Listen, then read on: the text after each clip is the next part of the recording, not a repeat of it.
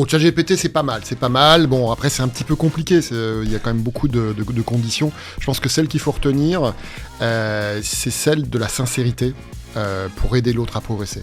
Je pense que c'est ça l'essence du feedback. C'est un cadeau pour faire progresser. Et ce cadeau, il peut faire un petit peu mal parce qu'on a aussi des points d'amélioration.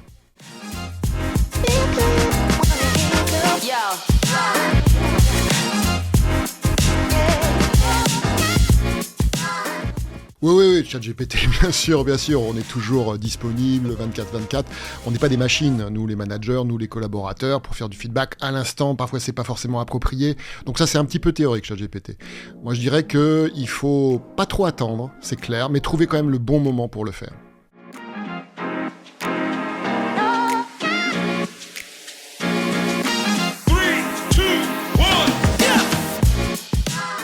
Un feedback constructif, c'est celui d'abord qui a une finalité positive, même si le contenu est pas forcément très positif, parce que c'est un point d'amélioration. Et puis, il faut aussi comprendre que c'est forcément partial. On est tous des êtres humains avec nos propres biais. Et ça, il faut que ça soit clair avec celui qui va recevoir le feedback, que c'est nos impressions, c'est notre feeling. Et on va essayer d'être factuel, mais on a quand même un certain filtrage qui se fait par plein de biais.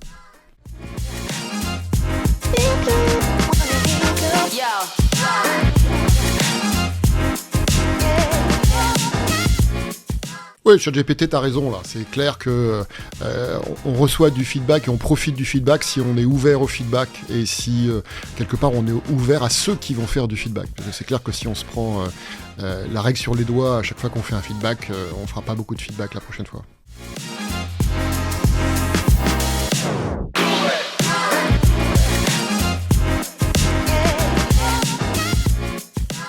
Bon, ChatGPT, là, c'est un petit peu théorique. Donc, pour moi, il y a vraiment deux types de feedback ascendant. Il y a le feedback vers le manager, donc vers la hiérarchie, vers une personne qui a un rôle de management, et il y a le feedback pour l'organisation en général. Et les deux sont importants.